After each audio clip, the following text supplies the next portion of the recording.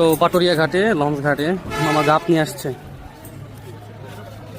এর আগে আমি কখনো খাইনি। মামা একটা ছেলে তো এটা কি বাইরে ছেলে দিতেছো? আসন আসতেছে তো মোটামুটি। হ্যাঁ, সব থেকে সুন্দর দামের দেখতে মোটামুটি।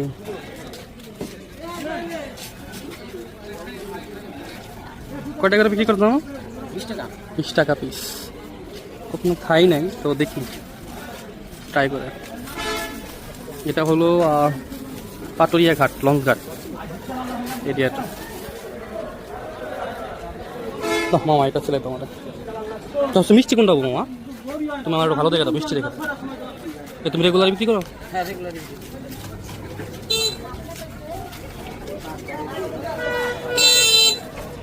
কোন সাইড দাও?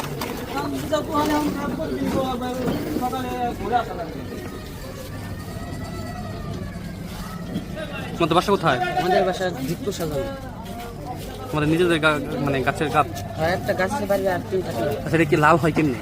গাছেই লাল হয়, গাছে লাল হয়। হ্যাঁ, গাছে লাল হয়। আর এই যে কাঁচা কালারের আছে মনে হয়, দেখতে ওই যে গাছে ওই অনেক বাসটা আসতেছে। কিছু পেয়ারা পাকলে পারা যায়, গাছের পেয়ারা পাকতে যেরকম স্মেল আসে না, ওই রকম আর কি। এটি সব মানুষই খায়, এটির ভিতরে কোনো নাই, ভেজাল নাই। এটি ভেজাল দেওয়া যায় না। বুঝতে পারছি। দিলেই পয়সা দেবো, যেমনি জাম ওটির ভিতরে কোনো নাই। না না, আমি এর আগে খাই নাই কখনো, এই কারণেই দেখা পেলাম তাহলে খাই। তোমার কাটার যে কাছি